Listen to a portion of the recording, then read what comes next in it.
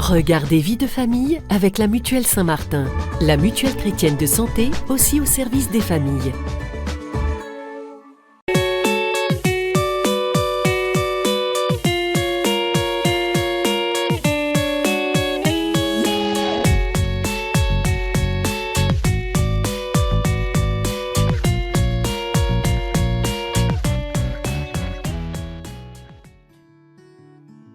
Il y a 3 ans, après la naissance de leur deuxième enfant, Aliénor et Pierre-Alexandre ont été confrontés à la dépression postpartum.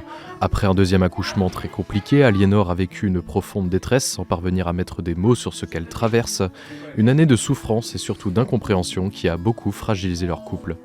Au début, c'est beaucoup de fatigue, juste. Et j'avais le sentiment d'avoir, je me souviens, mes 2 boulets aux pieds. Et en même temps, c'est pas moi, c'est pas la Aliénor de d'habitude. Je me reconnaissais pas, quoi. Dans le couple, c'était une énorme tempête, c'était une bombe parce que déjà, on n'était pas prêts. Personne ne nous l'avait vraiment annoncé que ça pouvait se passer comme ça. Il y a eu de la colère, il y a eu de la frustration. Il y a eu des disputes, forcément. En fait, tu me comprends pas. Ce que je vis, c'est hyper dur, etc. Et moi, je sentais... je pouvais pas comprendre, ne le vivant pas. On voit sa femme dans la difficulté.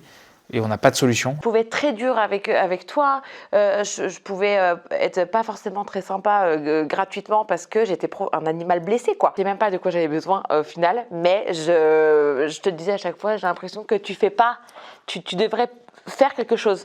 Et un jour, j'ai pété un câble. Et là, j'ai pris moi-même un rendez-vous chez un psychiatre et j'ai été le voir et je lui ai parlé. Et lui a prononcé le mot de la dépression du postpartum.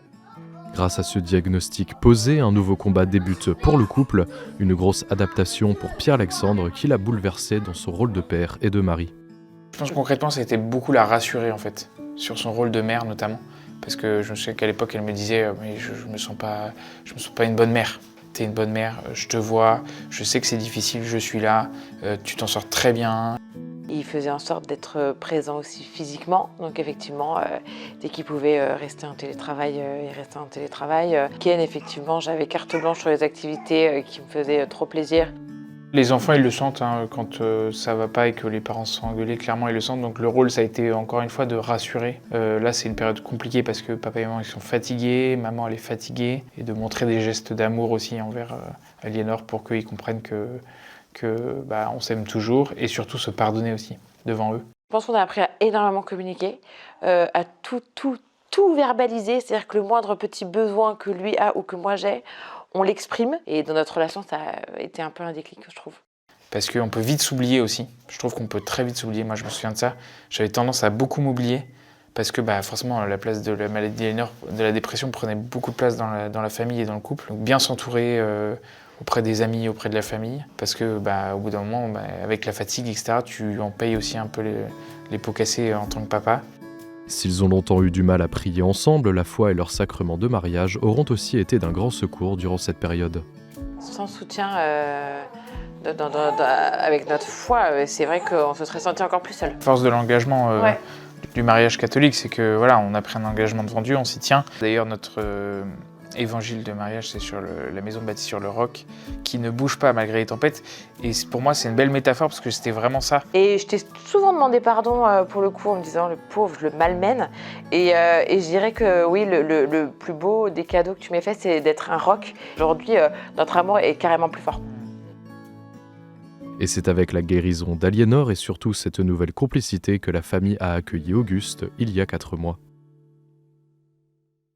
Dans la dépression postpartum, le rôle du père, il est vraiment indispensable, le rôle du mari, le rôle du père, déjà dans son propre rapport avec l'enfant, mais aussi dans la capacité d'écoute, d'accueil, d'empathie, de compassion que le père peut avoir envers sa femme. Il y a aussi un relais matériel, un relais physique quand la maman est dans un état dépressif et quand elle a du mal à prendre des décisions, par exemple, ce relais-là, il est quand même indispensable.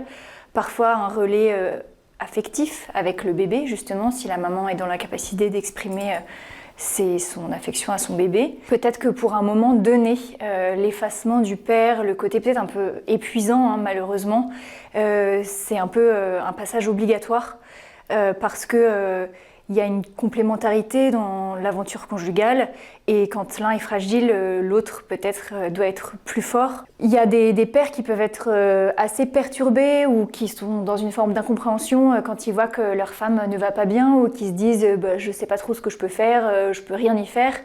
En l'occurrence, si, parce que c'est une épreuve qui permet une ouverture d'esprit sur la fragilité psychologique. C'est une vraie épreuve de vivre la dépression dans un couple.